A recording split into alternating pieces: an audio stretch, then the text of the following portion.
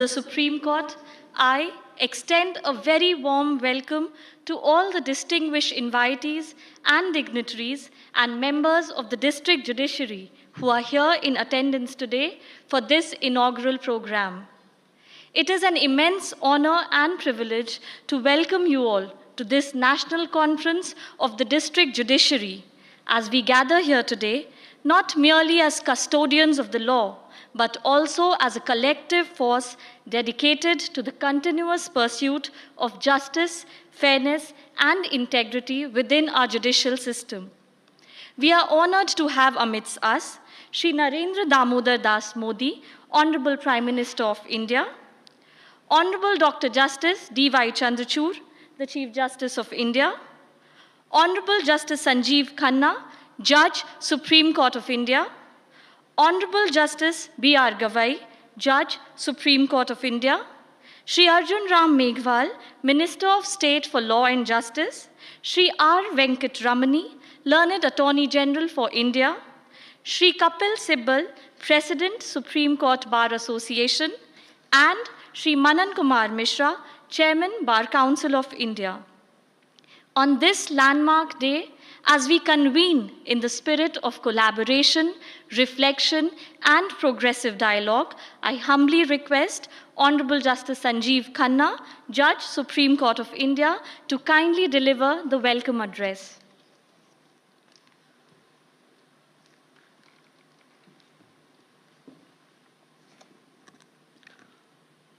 Namaste and a good morning to everyone. It is a great honor and privilege that I extend warm welcome to all of you at this National Conference of the District Judiciary.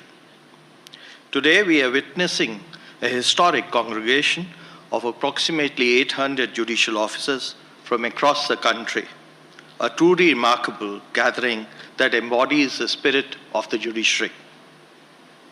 We are deeply honored by the presence of the Prime Minister of India, Shri Narendra Modi ji. He has consistently expressed his regard for the judiciary and has presented his vision for its evolution, a vision that emphasizes in simplicity in both the legislation and judgment writing, making them less technical, less legalistic, and more citizen-friendly. He has been an advocate for embedding Indian ethos into our laws, a thought we should be mindful of. He is dedicated to enhancing the ease of living, the ease of doing business, encouraging dispute resolution, and minimizing litigation. His perspectives and insights will serve as words of wisdom to us as we continue in our efforts to serve the common man better. We are guided in this pursuit by Dr. Justice D.Y. Chandrachud, the Chief Justice of India. His technological acumen has brought about path-breaking changes. His commitment to the cause of justice and tireless efforts have brought about district judiciary to the forefront. This is the second time a conference of this stature is being hosted. The first being the All India District Judges Conference in Kutch, Gujarat, held earlier this year. Our Chief Justice played a stellar role in organizing both these conferences, which has provided us invaluable opportunity to hear directly from the judicial officers about the challenges and issues facing the district judiciary and how we can work together to improve it. We are also privileged to have amongst us Shri Arjun Ram Meghwal, the Minister of State for Law and Justice. Being down-to-earth, receptive, and open to all perspectives are his great strengths. Mr. Meghwal has balanced approach. While he fosters coherence, he accepts judicial independence. We are equally fortunate to have with us Mr. R. Venkat Ramani, the Attorney General of India, a learned jurist with a poetic bent of mind. Mr. R. Venkat Ramani is unfailingly fair in his approach. He embodies a unique blend of composure and assertiveness in the courtrooms. His demeanor is nothing short of exemplary and harks back to the old times. Mr. Manan Kumar Mishra, Chairman of the Bar Council of India, has deep connections with the grassroots and district judiciary in our country. giving his thoughts a unique perspective. He represents aspiration and voice of over 15 lakh advocates. Mr. Kapil Sibal, the President of the Supreme Court Bar Association, is an advocate with formidable oratory skills. No surprise, given his involvement in theatre. He has donned many hats as a bureaucrat, as a member of parliament, and as a minister. Outspoken, insightful, and learned, he brings a wealth of experience that is invaluable for us. My esteemed sister and brother judges, it fills me with immense pride and deep respect to welcome you all today. I began my career in the hallowed halls of the district courts, observing, learning, and guided by judges and lawyers. I owe a debt of gratitude to the district judiciary. In the expanse of the judicial hierarchy, the district judiciary often finds itself overshadowed by the high courts and the Supreme Court, receiving less limelight and coverage. To put things in perspective, in the calendar year 2023, our district courts handled more than 10 times more cases than the high courts. Therefore, it is said, and I quote, if an evaluation were to be made of the importance of the role of different functionaries who play their part in the administration of justice, the top position would necessarily have to be assigned to the district court judge. It is mostly the district court judge rather than the appellate judge that the members of the general public come in contact, whether as parties or as witnesses. And thus the image of the judiciary for the common man is projected by our district court judges. Today, the entire judiciary is faced with the problem of pendency and backlog of cases. Thus, efficient functioning of the district judiciary is crucial to mitigating these challenges. To look at the brighter side, the data reveals that disposal rates in the district courts have gone up considerably since 2018. In 2018, the percentage of civil cases disposed of, including previously pending cases, compared to the freshly instituted cases, stood at 93.15%. Remarkably, in 2023, the disposal rate of civil cases shot up to 99.61%. In 2018, the rate of disposal of criminal cases stood at 86.65%. In 2023, the rate increased to 95%. A closer look at the data from 2023 reveals the following interesting data points. Majority of the civil cases, amounting to 38.24%, were disposed of within a year of being instituted. 71.82% of the criminal cases were disposed of in 1 year. Approximately 11 states successfully reduced the case backlogs by disposing of more cases than were instituted in the year. Thus, in these 11 states, cleared a proportion of the backlog cases compounded over the previous years. We have taken a number of steps to reduce pendency, including taking help of Lok Adalats as far as traffic challans is concerned, creation of e-courts to deal with Lok Adalats as well as petty offenses. Judicial impact assessment, a much-discussed strategy for case management at all tiers of the judiciary, can be a powerful tool in assessment and enhancing the human resource and infrastructure in judiciary. This assessment has legislative and executive connotations as well. Truly interacting with the data represents, we can know our successes and weak points. Ultimately, it is not the grandeur of the courtrooms or the sophistication of our technology that will define us. Rather, we will be defined by our unwavering commitment to delivering justice, by enhancing access to justice, serving the people with compassion, empathy, and fairness. Thank you, and Jai Hind.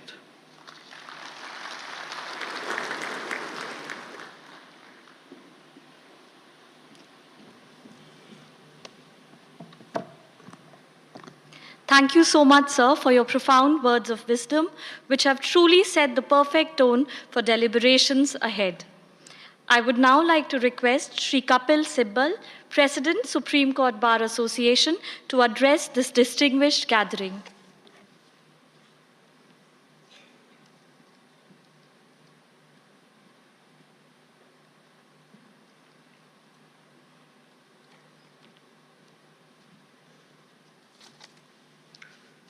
Honorable Prime Minister of India, I may take the liberty to call you Narendra Bhaiji.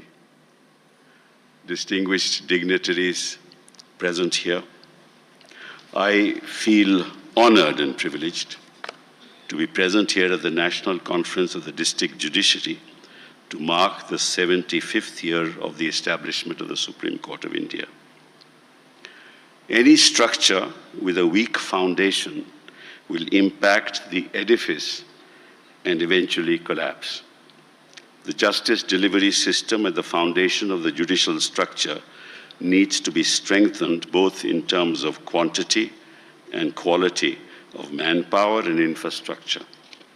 Our trial court and district and session courts need to be empowered to deliver justice without fear and favor, unless people at the bottom of the pyramid have the ability to withstand the pressure the superstructure of the polity will not be able to deliver.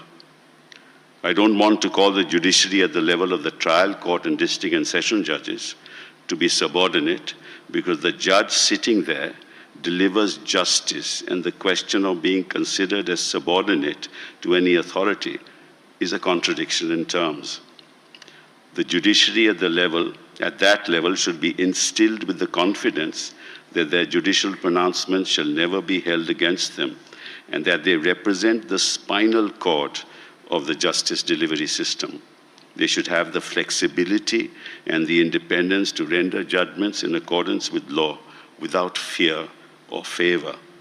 The effectiveness, fairness, and integrity of the courts impacts the perception of the public on the credibility of the entire judicial system. The fact that the trial court and district and session courts are loath to grant bail in matters of some significance itself is symptomatic of the malaise that has set in. In the course of my career, I have seldom witnessed the grant of bail at that level. This is not just my experience, but the Chief Justice of India has said often enough that court at the highest level is burdened with matters of bail, because at the level of trial courts and district and session courts, bail seems to be an exception. Of course, it goes without saying that the grant of bail depends on the facts and circumstances of each case, but the pronouncements of the court have in the recent past adhered to the principle that bail is the rule and jail an exception. We've seen trends harking back to the law laid down in Gurbaksh Singh Sibia, wherein this principle has been enunciated and has now been reiterated by the Supreme Court of India in several recent judgments, even in relation to special acts which require stringent twin conditions. Liberty is the foundational substratum of a thriving democracy. Any attempt to throttle it impacts the quality of our democracy. Moving away from liberty, we need to address the problems being faced by trial courts and the district and sessions courts, which impede the quality of the justice delivery system. The judge population ratio in India is abysmally low, 21 judges to a million population, as compared to over 100, and in Europe, over 200 judges to a million population. Therefore, the roster at the level of the trial and district and session courts is overburdened on a daily basis, which impacts not just the justice delivery system, but lives of millions who are waiting for justice to be delivered. They come to court day in and day out for their matters to be heard expeditiously and fairly. However, in the absence of quick disposals, they have to wait for years, which impacts them both economically and mentally. The court cannot even imagine the mental agony and the economic consequences of these kind of delays. Furthermore, our young, talented people choose not to seek appointments at the trial and district sessions courts due to abysmal conditions in which judges operate. Despite this, many of the judges, through sheer hard work and commitment to the cause, are doing yeoman service to the nation, even though they are handicapped by lack of proper courtrooms and office facilities, supporting staff, including stenographers, library facilities at home, appropriate residential accommodation, and necessary transportation facilities. Needless to mention the meager salary that those serving the cause of the nation draw to discharge their duties. Unless we are able to improve their conditions of work, both in terms of salary and infrastructure, the quantity and quality of the justice delivery system will suffer. Some of the problems that need to be addressed are the following, and I will not elaborate on them. Pension. Despite the fact that the Supreme Court had accepted recommendations of the Shetty Commission and subsequently the Padmanabhan Committee, the NPS was made applicable to judges of district courts from 2005 without even consulting the high courts. The major disadvantage of NPS that the monthly annuity provided to judicial officers after retirement is much less than the pension that a judicial officer having the same length of service and having retired from the same rank receives. Under the NPS, the retired judge gets a monthly annuity, in some cases to as low as 13,965, as against 1,63,000 under the old pension scheme. Promotions. The promotional avenues are limited for judges who join as civil judges in the district judiciary. Some judges join as civil judge and retire as civil judge. While the Shetty Commission had highlighted the problem and suggested a weighted system, but it was rejected by the Supreme Court on ground that the introduction of a roster system would resolve the issue. It hasn't done so. Gender sensitization. Nationally, the share of women in the district judiciary has crossed 33%. However, a conducive work environment to welcome women judges is missing due to a lack of residential accommodations, separate washrooms in courtroom premises, creches, and security. Technology. Most of the judges of the district judiciary are not well equipped with technology for the purposes of research, conducting trials. While the libraries is diminishing from residential offices, judges are not properly trained to avail e-library and e-journal facilities, and in some cases, they're not even available. Incentives to join judicial services. Young and bright students from national law schools seldom join judicial services, and they do not see promotional avenues and lucrative monetary benefits. I urge everyone on the dais to urgently address the persistent issues being faced by judges of the trial and district and session courts, who are the backbone of our judicial system. It is time for us to make our justice delivery system more efficient, stronger, and viable. I echo the words of Andrew Jackson, who is often praised as an advocate for ordinary citizens, and I quote, "All the rights secured to the citizens under the Constitution are worth nothing in a mere bubble, except guaranteed to them by an independent and virtuous judiciary." Thank you very much.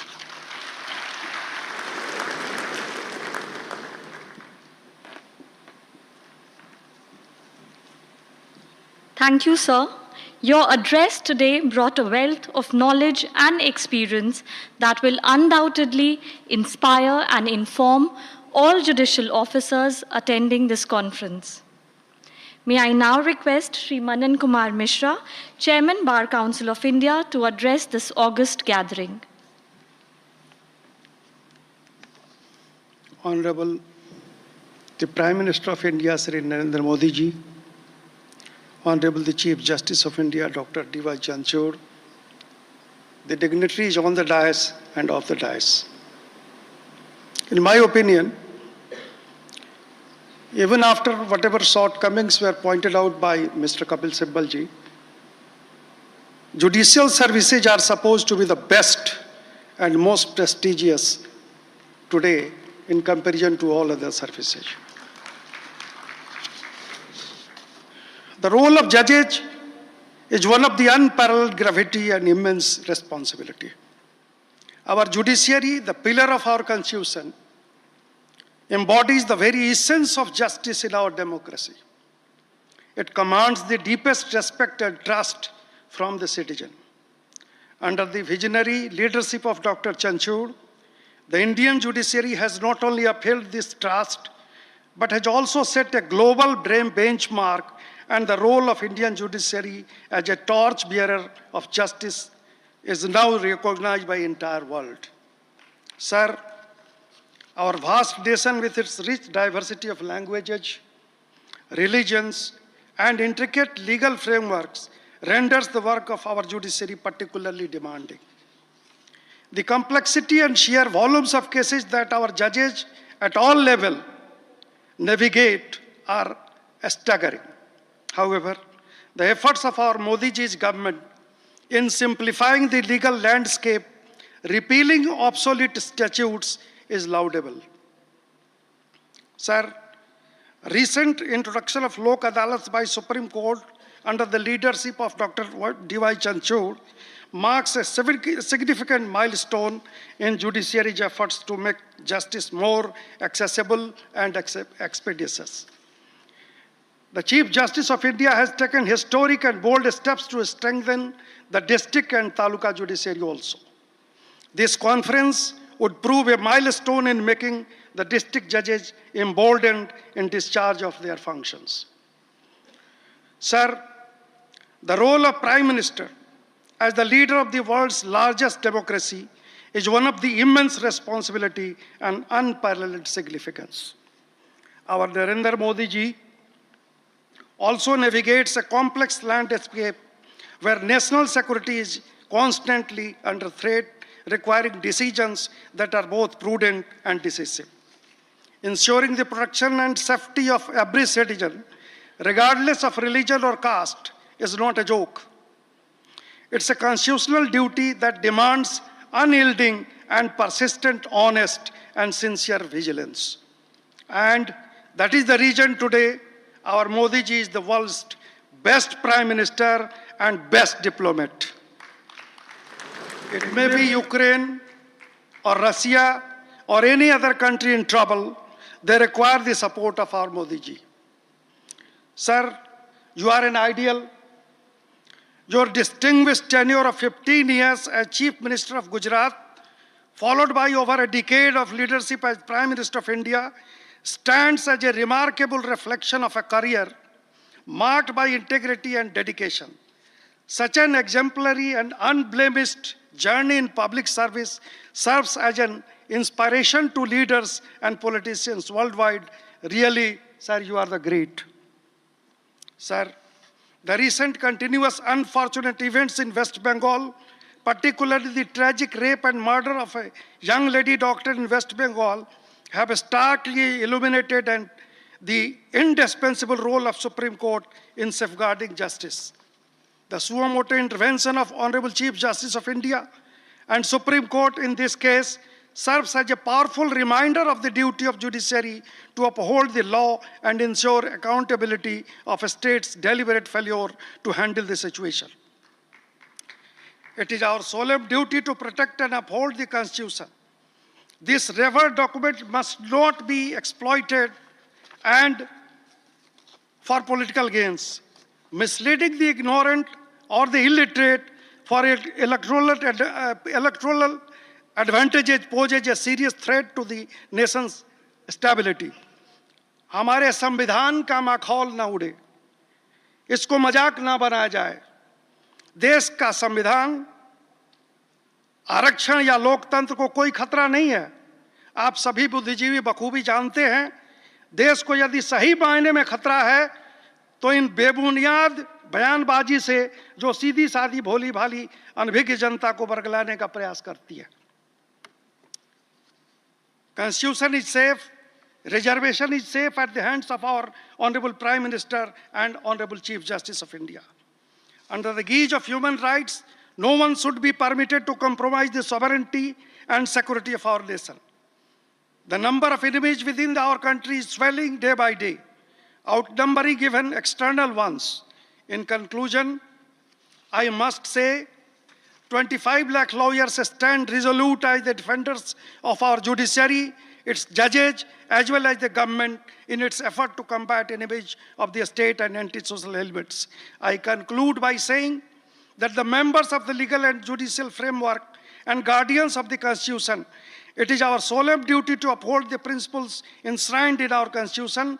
The judiciary and the executive must work in unison to protect the nation from both internal and external threats, ensuring that the Constitution is not misused for personal or political gains. Lawyers and judges are to remain vigilant and proactive, safeguarding the integrity of our nation and ensuring that justice prevails in every corner of country. I wish the conference a grand success. Jai Bharat Mata, Jai Bharat ka Samvidhan.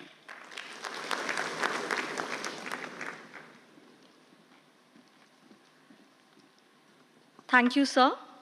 Moving ahead, I would now like to request Shri R. Venkatramani, Learned Attorney General for India, to say a few words on this landmark occasion. Kindly guide us with your words, sir.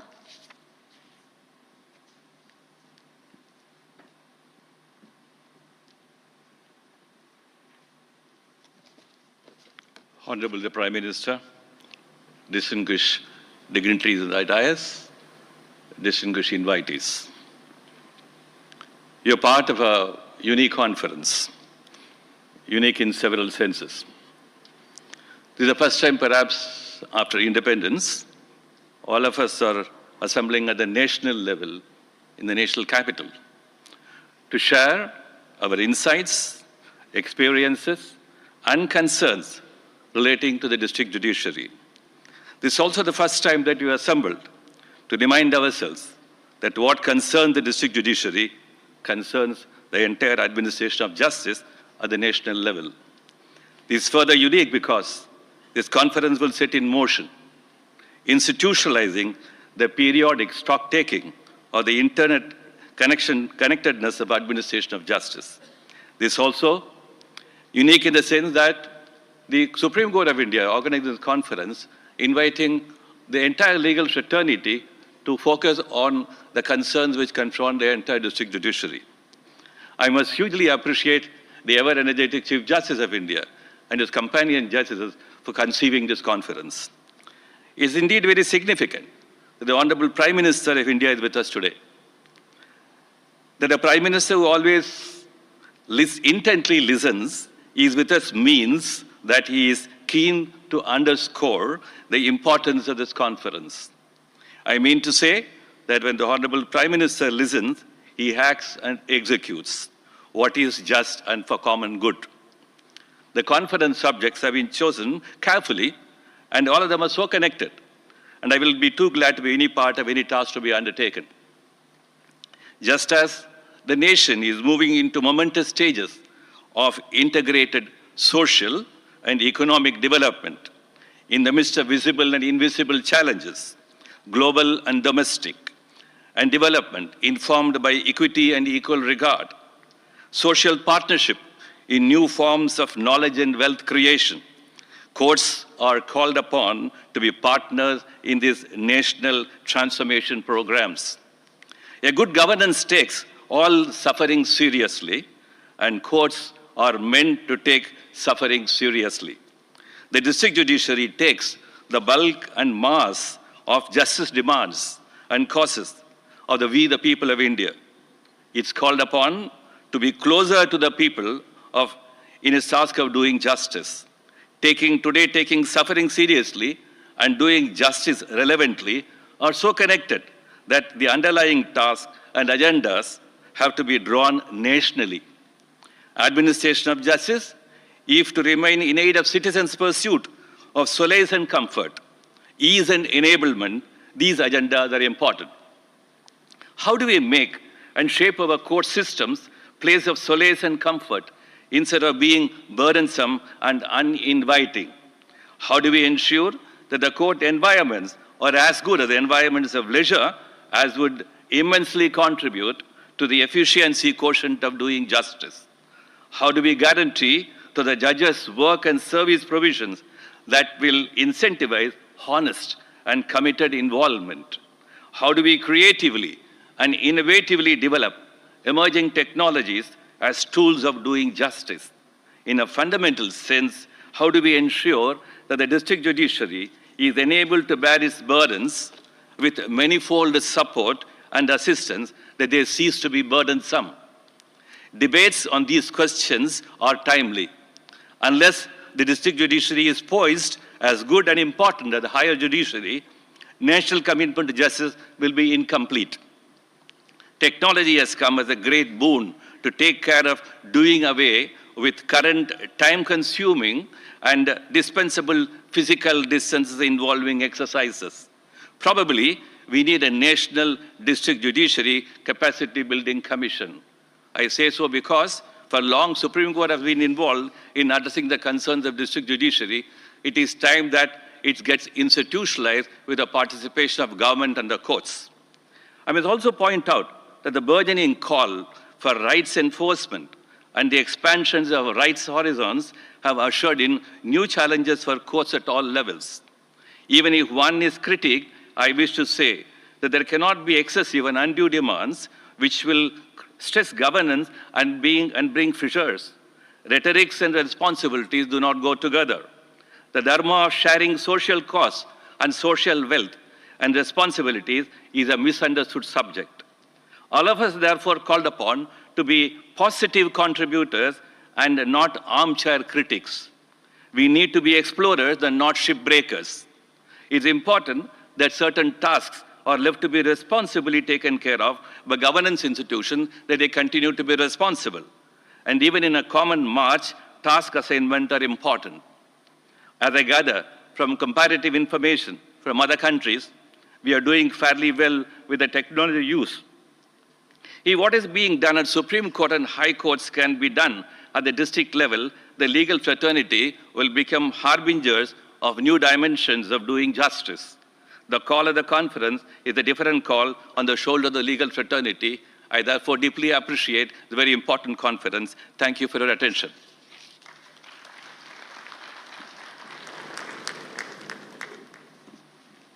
Thank you so much, sir, for your thought-provoking and enlightening address. अब मैं विधि एवं न्याय मंत्री श्री अर्जुन राम मेघवाल जी से विनम्रतापूर्वक आग्रह करती हूं कि वो इस सभागार में उपस्थित सभी श्रोतागण को संबोधित कर हमें अनुग्रहित करें।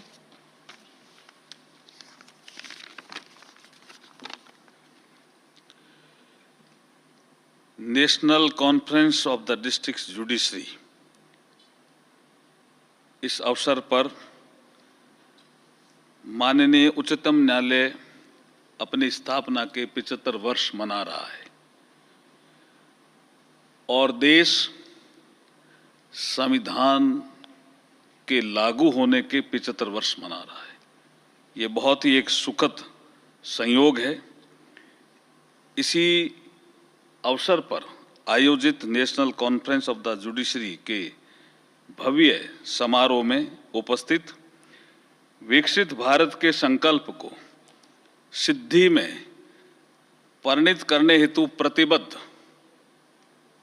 विश्व के लोकप्रिय नेता, युग नायक, भारत के यशस्वी और तपस्वी प्रधानमंत्री नरेंद्र मोदी जी, न्यायिक व्यवस्थाओं में इनोवेशन के लिए पहचान बनाने वाले डॉक्टर जस्टिस D.Y. चंद्रचूड़ साहब, honourable chief justice of India, हमारे जस्टिस संजीव खन्ना जी, ऑनरेबल जज of Supreme Court of India, R Venkataraman ji, learned attorney general of India, Shri Manan Kumar Mishra ji, chairman Bar Council of India, Shri Kapil Sibal ji, president Supreme Court Bar Association, तथा इस सभागार में उपस्थित माननीय सर्वोच्च न्यायालय के न्यायाधीश, माननीय हाई कोर्ट के न्यायाधीश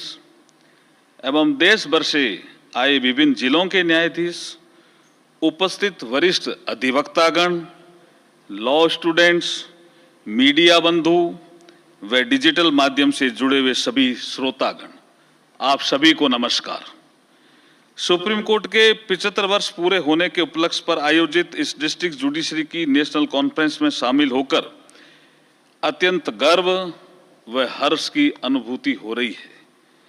मेरा ये मानना है कि जिला न्यायालय हमारी न्यायपालिका का दर्पण है और इन्हीं के माध्यम से आम जनता अपने मन में न्यायपालिका की छवि का निर्माण करती है, क्योंकि ये सामान्य मानवीय के लिए फर्स्ट पॉइंट ऑफ कॉन्टैक्ट की भूमिका में रहती है।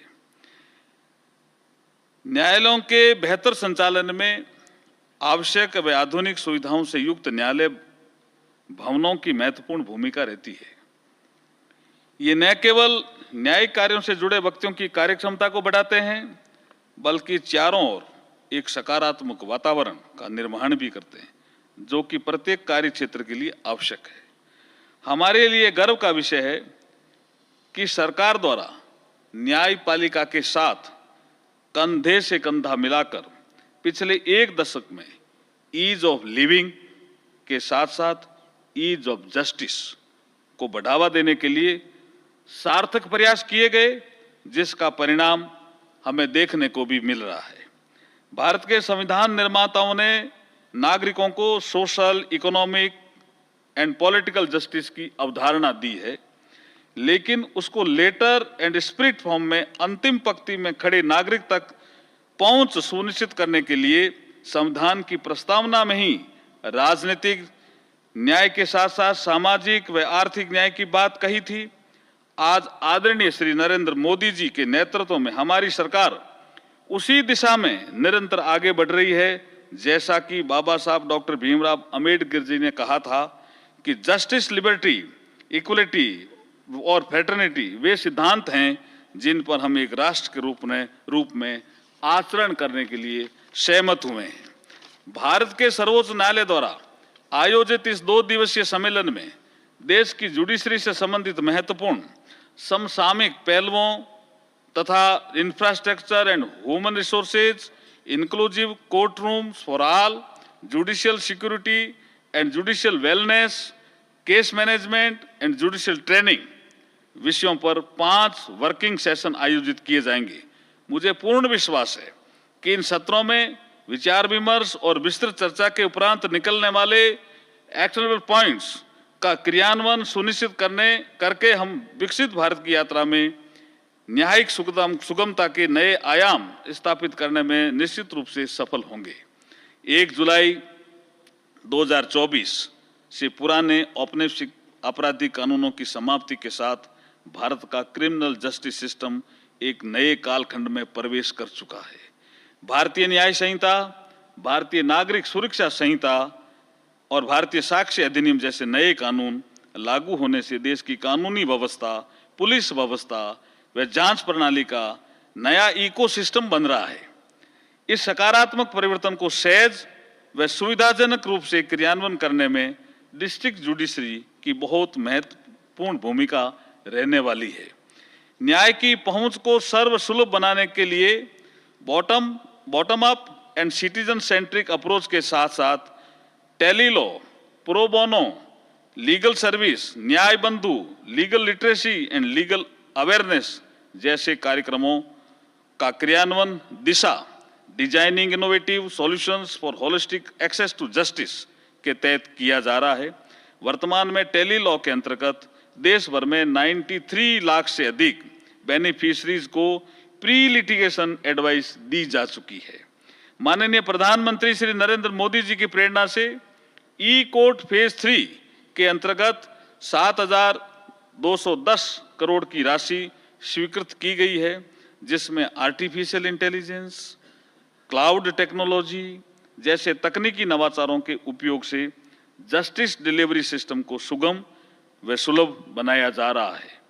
वर्ष 2014-15 से central sponsor scheme for judicial infrastructure के तहत court hall, residential unit, lawyer hall, digital computer room, toilet complex व अन्य जुडिशियल इंफ्रास्ट्रक्चर के निर्माण हेतु 7,872 करोड़ रुपए की राशि जारी की जा चुकी है।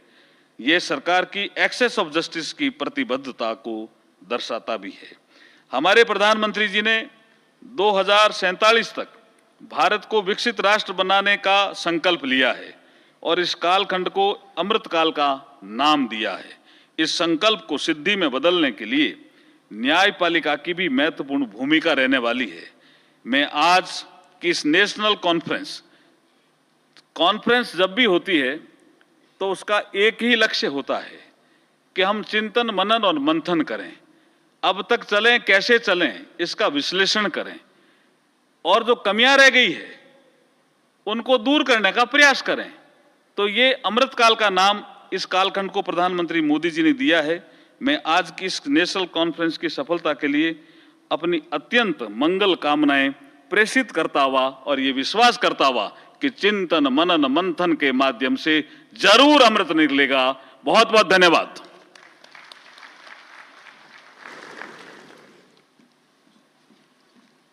माननीय मंत्री जी, देश की न्याय प्रणाली की नींव को सुदृढ़ बनाए रखने में जिला न्यायपालिका की भूमिका अत्यंत ही महत्वपूर्ण है। आज आपकी प्रेरक उपस्थिति और मार्गदर्शन से हमें संविधान की रक्षा और न्याय के मूल्यों को और भी सशक्त रूप में स्थापित करने की प्रेरणा मिली है। कोटि कोटि धन्यवाद आपका। May I now request the Honorable Chief Justice of India, Dr. Justice D.Y. Chandrachud, to please share his thoughts with us on this special occasion.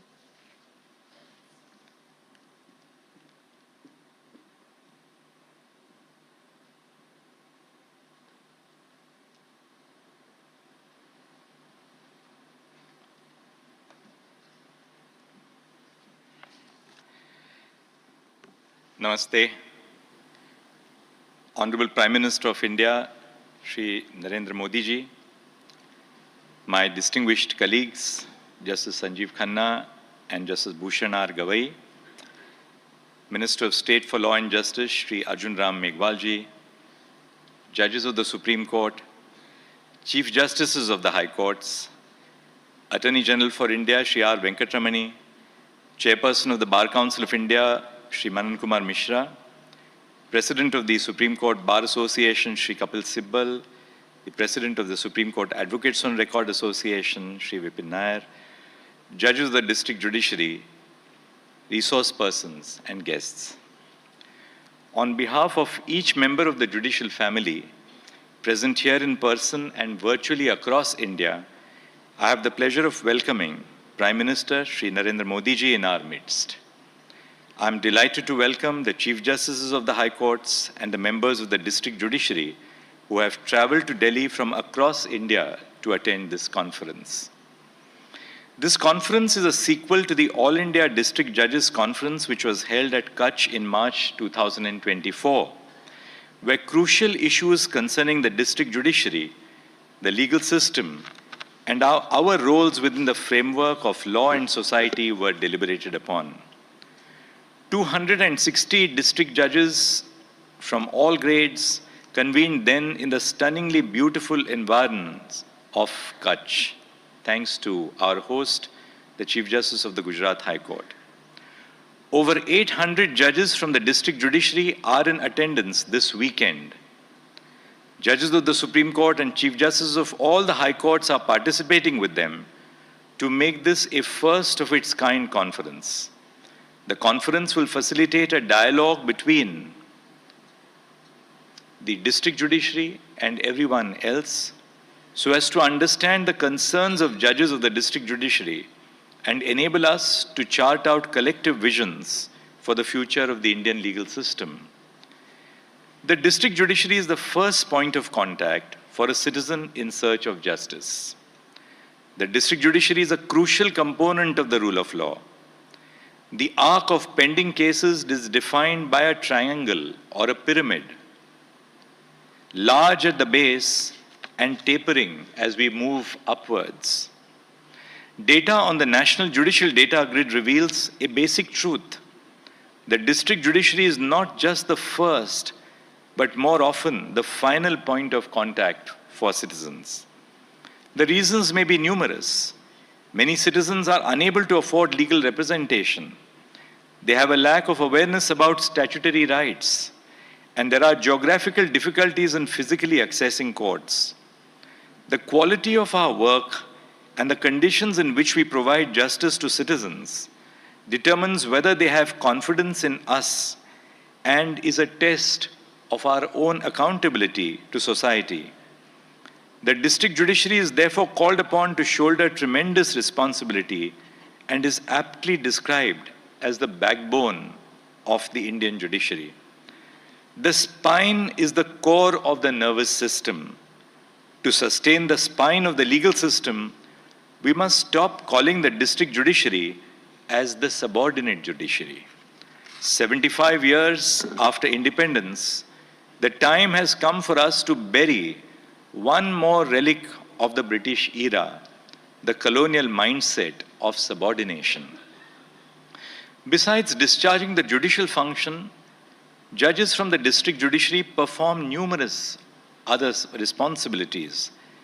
They are administrators of courts, mentors to young judges, and communicators in society. But above all, they are protectors of rights for those who possess them but may not know that they exist or are unable to enforce them. They oversee the development of infrastructure and engage in case management. They work with paralegals, legal aid committees, and lok adalats in the course of their work.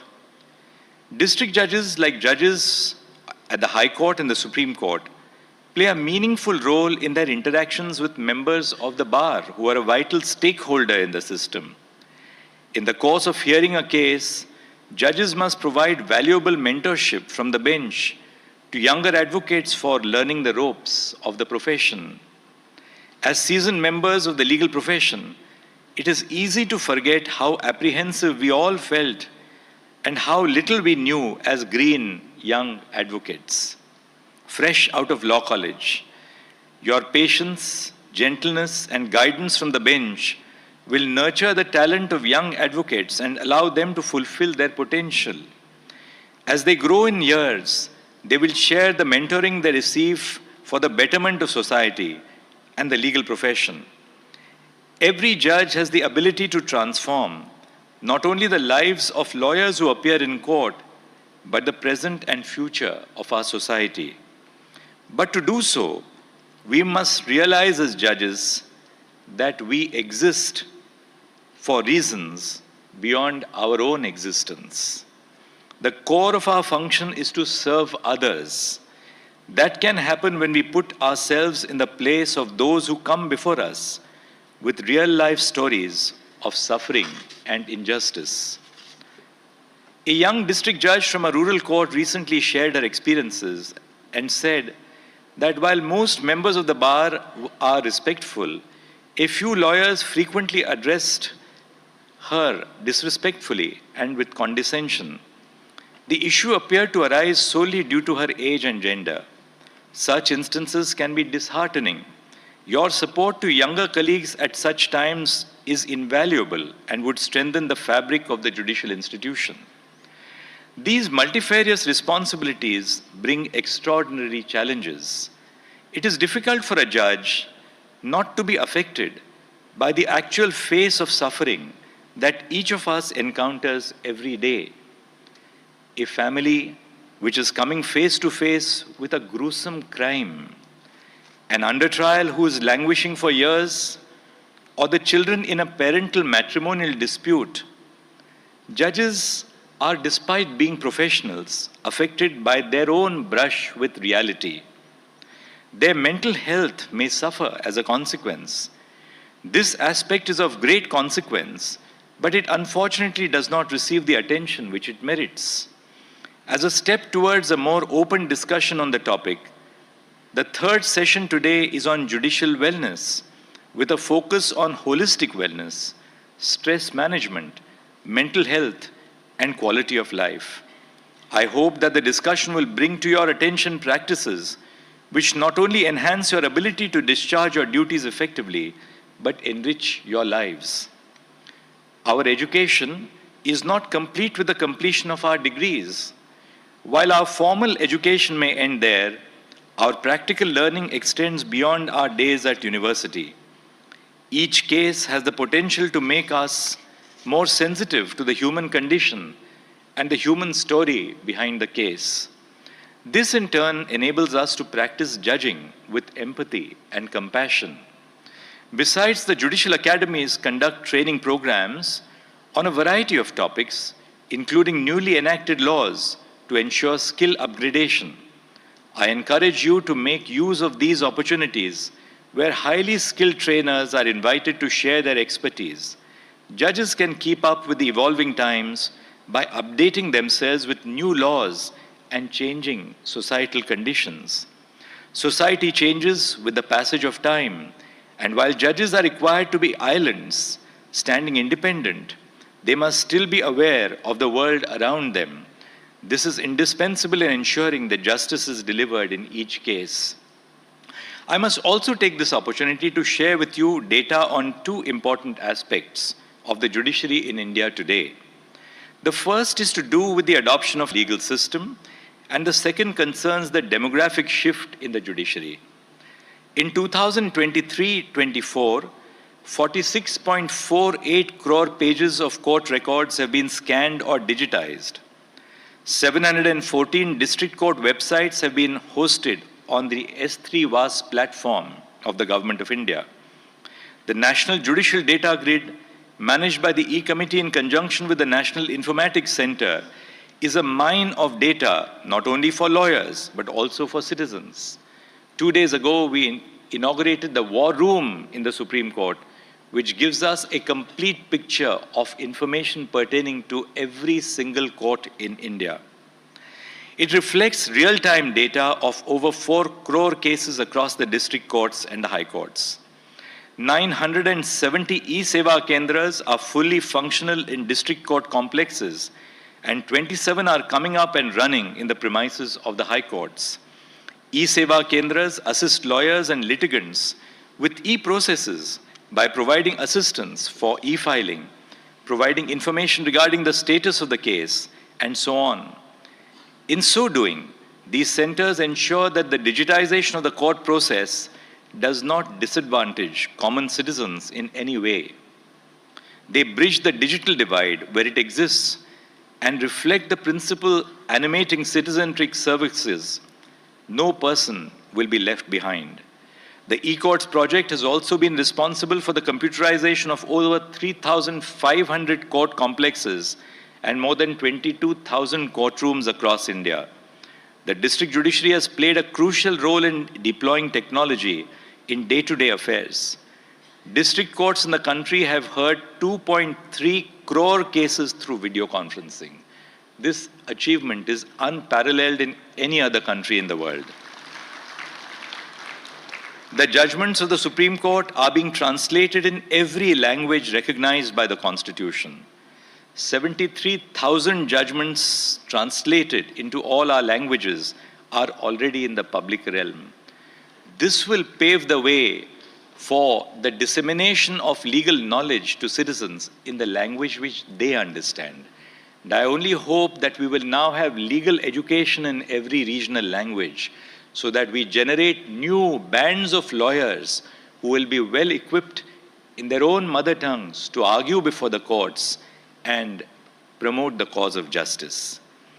Each of us must be alive to the fact that merely purchasing technological devices is insufficient in the mission to ensure that courts are citizen-centric. Rather, we must embrace and implement technological processes by utilizing the technology at our disposal and ensuring their full use in our work. I speak from personal experience when I say that this will not only benefit citizens and other stakeholders in the legal system, but will also ensure that our work as judges is conducted with greater efficiency. After the adoption of the Parichay application at the Supreme Court, I no longer use a pen to sign or mark the administrative files which require my attention. I instead review and approve files using my computer. This has created a smoother workflow for the registrars at the court as well. All my senior colleagues are also following suit. I now turn to the data on the changing demography of the Indian judiciary. An increasing number of women have been joining the district judiciary in the past few years. Women consisted of 58% of the total recruitment for civil judges in Rajasthan in 2023. 66% of the judicial officers appointed in Delhi in 2023 were women. 78 out of 108 judicial officers in Delhi were women. In Uttar Pradesh, 54% of the appointments for Civil Judge Junior Division in the batch of 2022 are women. In Kerala, 72% of the total number of judicial officers were women in the recently appointed batches. These are a few examples which paint the picture of a promising judiciary for the future. I've given you a few examples, but this example is replicated across India, whether it is Maharashtra or Madhya Pradesh. You just name the state and that is replicated. Now the question is, how do we ensure that these young women who are joining the judiciary will truly be mentors for the changing face of Indian society? And I do believe that this is the cause for hope. So we today have a young judiciary which is technologically savvy, technologically equipped, and truly representative of the changing demographic of India, of a true young nation, highly educated. They're all joining the judiciary, not as a matter of last resort, but as a matter of first resort. We must recognize that there has been a tremendous improvement in the conditions of service of our district judiciary. Now it's our time to give back to society. Because now that we have been recognized in terms of the conditions which have been created for us, it's time for us to remind our citizens that we exist for them, and what better way to do it than in the work which we perform. These are a few examples which paint the picture of a promising judiciary of the future. The second session of the conference will address gender dynamics in the judiciary, as well as the need to ensure an inclusive workplace. It is my sincere hope that this conference will elicit deep thought on how we can reshape our values and thought processes, put existing skills to use, learn new skills, and all in all, improve the manner in which the district courts function. I look forward to hearing your own thoughts and experiences, and as we enrich each one of our members of this broad and wide judicial family across India, which is present with us for these 2 days. Namaskar, thank you.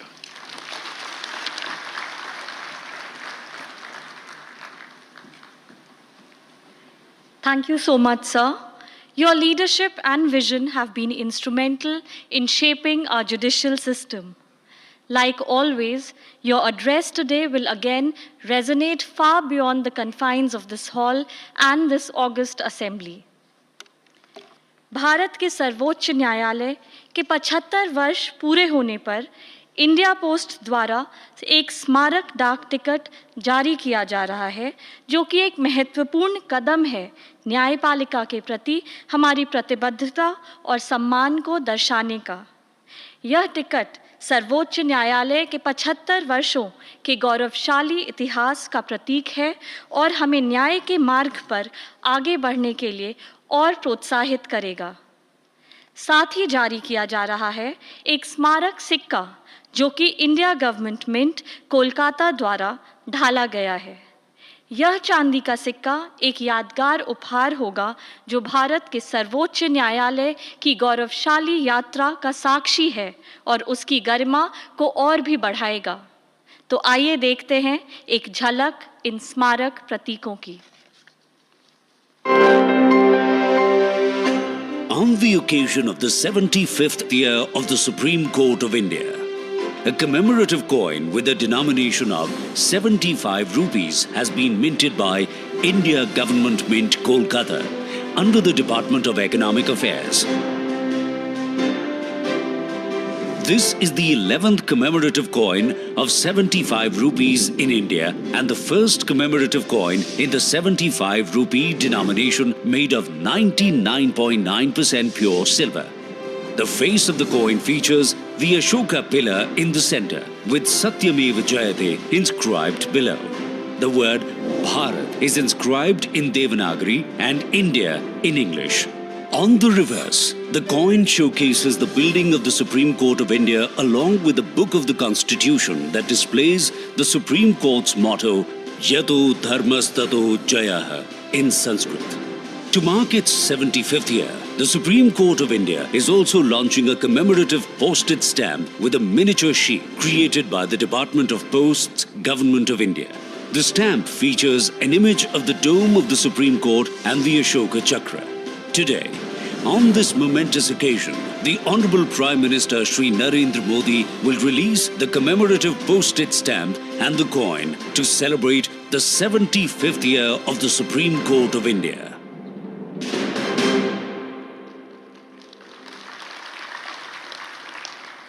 इसी के साथ मैं माननीय प्रधानमंत्री श्री नरेंद्र मोदी जी से विनम्रता पूर्वक आग्रह करती हूं कि वो इस स्मारक डाक टिकट का लोकार्पण कर उसे राष्ट्र को समर्पित करें।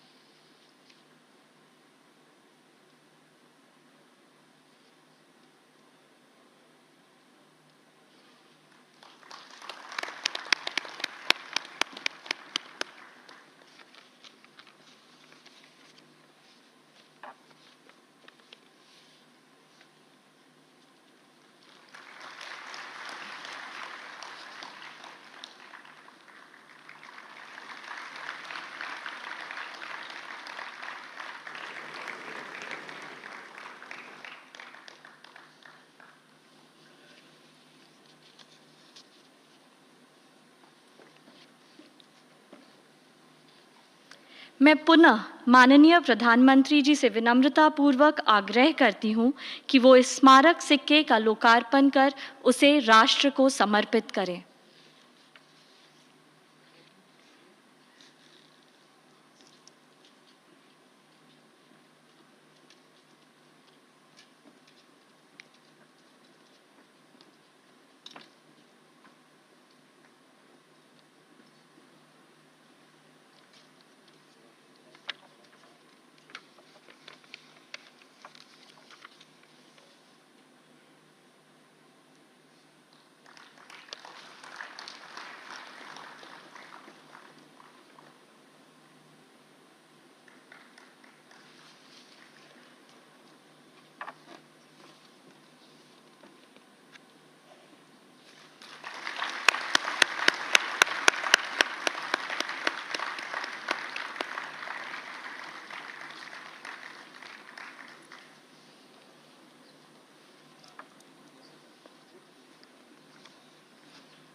May I now request the Honorable Chief Justice of India, Dr. Justice D.Y. Chandrachud, to present a memento to the Honorable Prime Minister of India.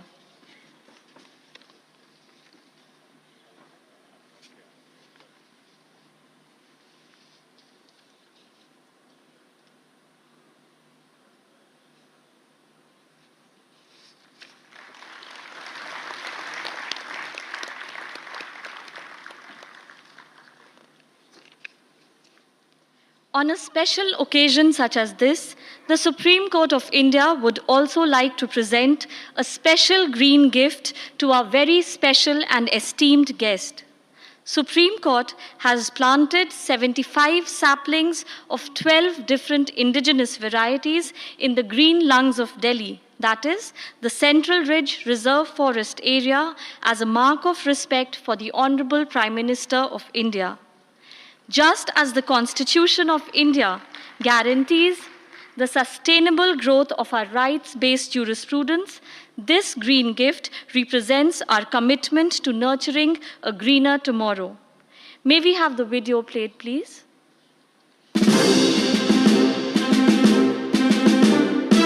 On the occasion of the 75th year of the Supreme Court of India, 75 saplings of 12 diverse species are planted in New Delhi's Central Ridge of Reserve Forest.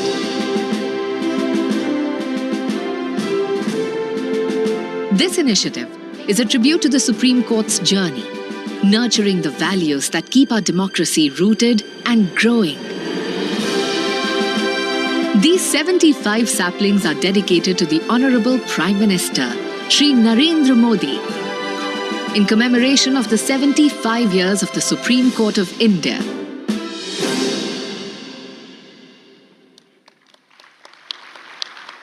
May I now request the Honorable Chief Justice of India, Dr. Justice D.Y. Chandrachud, to present a framed photo of this green token of gratitude to the Honorable Prime Minister.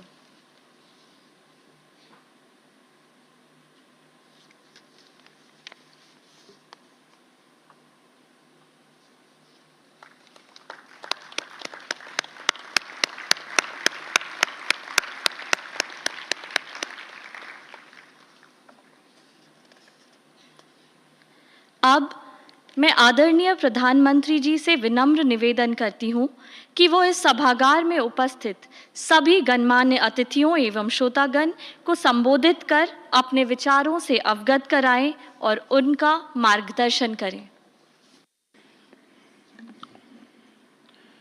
कार्यक्रम में उपस्थित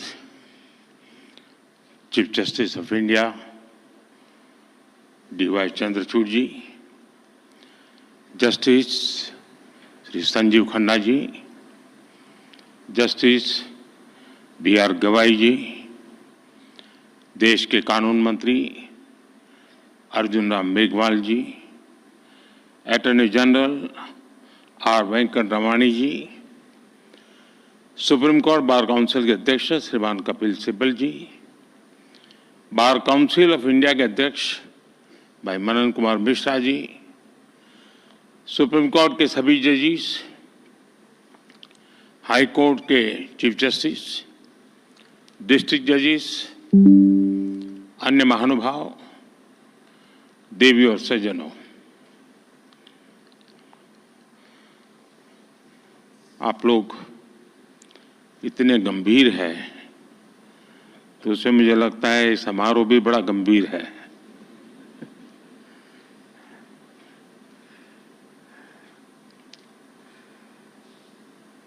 कुछ ही दिन पहले मैं Rajasthan high court के platinum jubilee ceremony में गया था और आज सुप्रीम कोर्ट के 75 वर्षों की यात्रा के उपलक्ष्य में जिला न्यायपालिका का राष्ट्रीय सम्मेलन हो रहा है। सुप्रीम कोर्ट के 75 वर्ष ये केवल एक संस्था की यात्रा नहीं है, ये यात्रा है भारत के संविधान और संवैधानिक मूल्यों की। ये यात्रा है एक लोकतंत्र के रूप में भारत के और परिपक्व होने की, और इस यात्रा में हमारे संविधान निर्माताओं का, न्यायपालिका के अनेकों मनुष्यों तक का योगदान बहुत महत्वपूर्ण रहा है। इसमें पीढ़ी दर पीढ़ी उन करोड़ों देशवासियों का भी योगदान है जिन्होंने हर परिस्थिति में न्यायपालिका पर अपना भरोसा अडिग रखा है।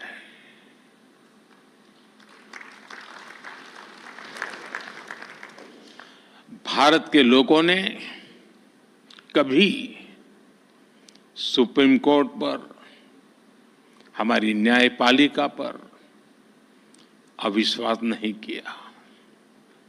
इसलिए सुप्रीम कोर्ट के ये 75 वर्ष मदर ऑफ डेमोक्रेसी के रूप में भारत के गौरव को और अधिक बढ़ाते हैं। ये हमारे उस सांस्कृतिक उद्घोष को बल देते हैं जो कहता है सत्यमेव जयते नानृतम। इस समय देश अपनी के आजादी के 75 वर्ष पूरे करके संविधान की 75वीं वर्षगांठ मनाने जा रहा है। इसलिए इस अवसर में भी गर्व भी है, गौरव भी है और प्रेरणा भी है। मैं आप सभी न्यायविदों को और सभी देशवासियों को इस अवसर पर बहुत बहुत बधाई देता हूं। इस अवसर पर राष्ट्रीय जिला न्यायपालिका सम्मेलन का जो महत्वपूर्ण आयोजन हो रहा है, मैं इसके लिए भी आप सबको शुभकामनाएं देता हूं। साथियों, हमारे लोकतंत्र में न्यायपालिका संविधान की संरक्षक मानी गई है। ये अपने आप में एक बहुत बड़ी जिम्मेदारी है। हम संतोष के साथ कह सकते हैं कि सुप्रीम कोर्ट ने, हमारी न्यायपालिका ने इस जिम्मेदारी का बखूबी निर्वहन करने का प्रयास किया है। आजादी के बाद न्यायपालिका ने न्याय की भावना की रक्षा की। आपातकाल जैसा काला दौर भी आया, तब न्यायपालिका ने संविधान की रक्षा में अहम भूमिका निभाई। मौलिक अधिकारों पर हुए प्रहार तो सुप्रीम कोर्ट ने उनकी रक्षा भी की। और यही नहीं, जब जब देश की सुरक्षा का प्रश्न आया, तब न्यायपालिका ने राष्ट्रहित सर्वोपरि रखकर भारत की एकता की भी रक्षा की है। इन सब उपलब्धियों के बीच मैं इन यादगार 75 वर्षों के लिए आप सभी विद्वज्जनों को बहुत बधाई देता हूं। साथियों, बीते 10 वर्षों में न्याय को सुगम बनाने के लिए देश ने कई प्रयास किए हैं। कोर्ट्स के मॉडर्नाइजेशन के लिए मिशन लेवल पर काम हो रहा है। इसमें सुप्रीम कोर्ट और जुडिशरी के सहयोग की बड़ी भूमिका रही है। आज जिला न्यायपालिका का ये कार्यक्रम भी इसी का एक और उदाहरण है। इसके पहले यहां कई लोगों ने उल्लेख भी किया, सुप्रीम कोर्ट और गुजरात हाई कोर्ट ने मिलकर ऑल इंडिया डिस्ट्रिक्ट कोर्ट जजेज कॉन्फ्रेंस का आयोजन भी किया था। इस तरह के आयोजन ईज ऑफ जस्टिस के लिए बहुत ही जरूरी है। मुझे बताया गया है यहां भी अगले 2 दिनों में कई महत्वपूर्ण मुद्दों पर चर्चा होगी। पेंडिंग केसेस का मैनेजमेंट, ह्यूमन रिसोर्स और लीगल फैटर्निटी की बेहतरी। आपने चर्चा के लिए सभी जरूरी विषय तय किए हैं। मुझे खुशी है कि सबके साथ अगले 2 दिनों में एक सेशन जुडिशियल वेलनेस पर भी रखा गया है। पर्सनल वेलनेस, सोशल वेलबीइंग की सबसे पहली जरूरत है। इससे हमें हमारे वर्क कल्चर में हेल्थ को प्रायोरिटी देने में मदद मिलेगी। साथियों, हम सब जानते हैं आज आजादी के अमृतकाल में 140 करोड़ देशवासियों का एक ही सपना है, विकसित भारत, नया भारत। नया भारत यानी सोच और संकल्प से एक आधुनिक भारत। हमारी न्यायपालिका इस विजन का एक मजबूत स्तंभ है। खास तौर पर हमारी डिस्ट्रिक्ट जुडिशरी भारतीय न्यायपालिका की व्यवस्था का एक आधार है। देश का सामान्य नागरिक न्याय के लिए सबसे पहले आप ही का दरवाजा खटखटाता है। इसलिए ये न्याय का प्रथम केंद्र है, ये पहली सीढ़ी है। हर तरह से सक्षम और आधुनिक हो, ये देश की प्राथमिकता है। मुझे विश्वास है ये राष्ट्रीय सम्मेलन, इसमें हुए विमर्श देश की अपेक्षाओं को पूरा करने में मदद करेंगे। साथियों, किसी भी देश में विकास का अगर कोई सबसे सार्थक पैरामीटर है तो वो है सामान्य मानवीय का जीवन स्तर। सामान्य मानवीय का जीवन स्तर उसकी ईज ऑफ लिविंग से तय होता है और सरल सुगम न्याय ये ईज ऑफ लिविंग की अनिवार्य शर्त है।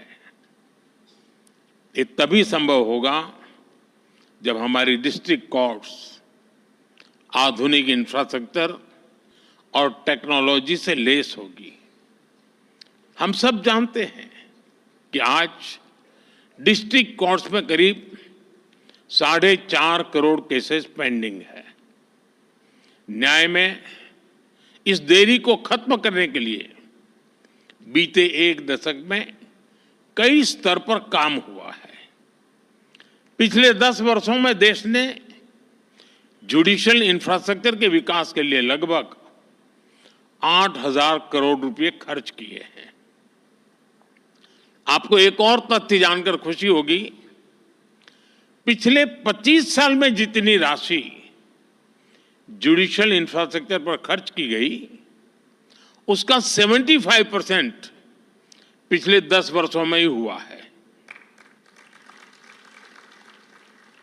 इन्हीं 10 वर्षों में डिस्ट्रिक्ट जुडिशरी के लिए 7,500 से ज्यादा कोर्ट हॉल और 11,000 रेसिडेंशियल यूनिट्स तैयार की गई है।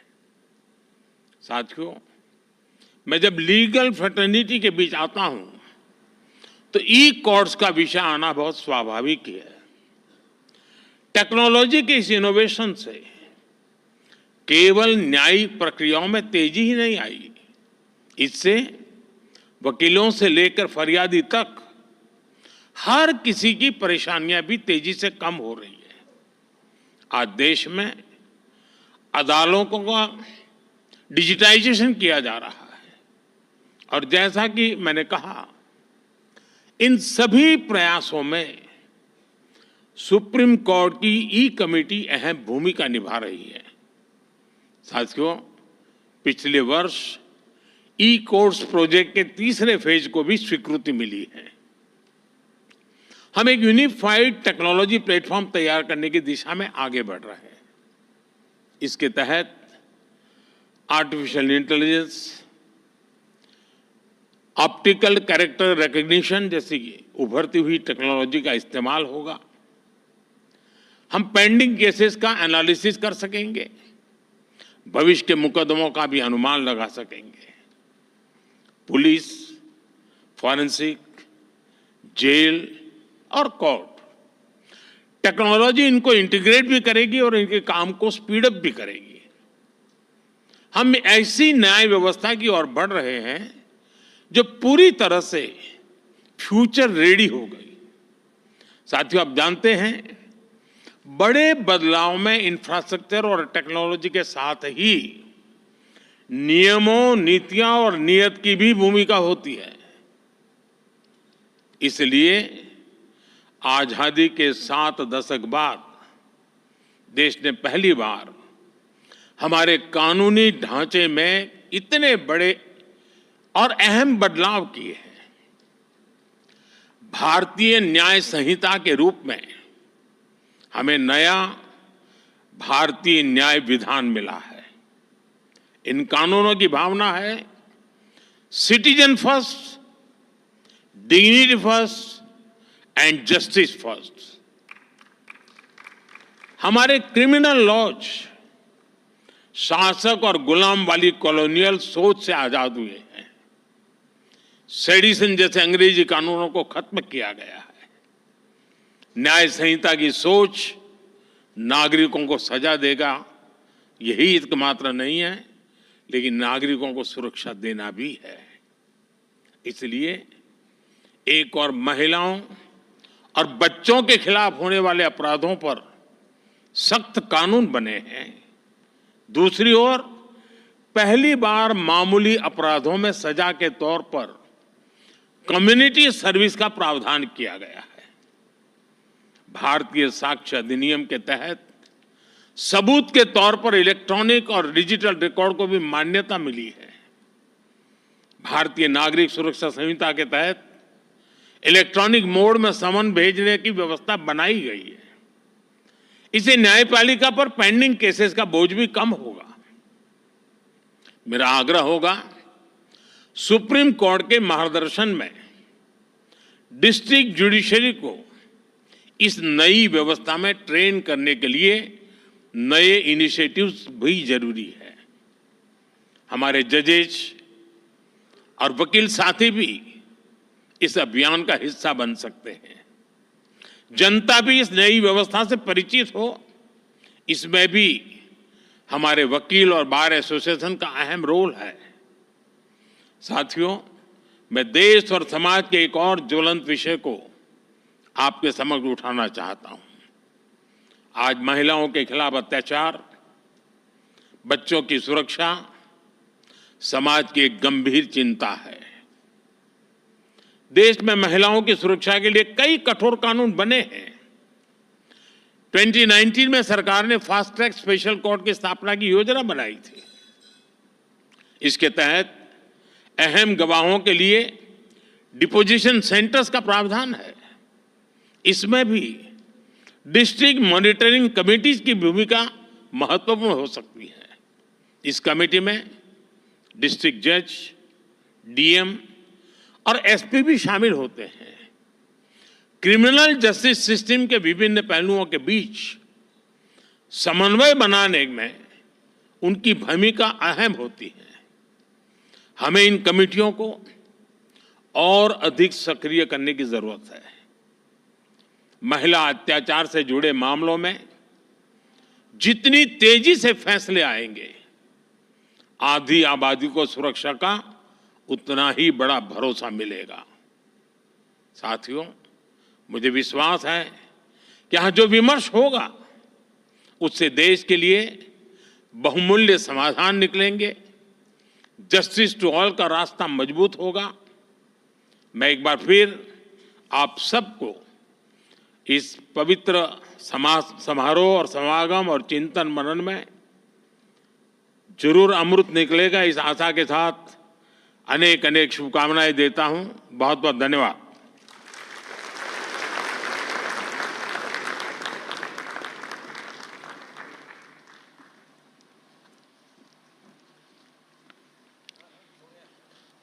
आदरणीय प्रधानमंत्री जी, आपके प्रेरणादायी उद्बोधन के लिए धन्यवाद। आपके दिशा निर्देश और मार्गदर्शन से हमें न्याय में के क्षेत्र में नए आयाम मिलेंगे और हमारे प्रयासों को बल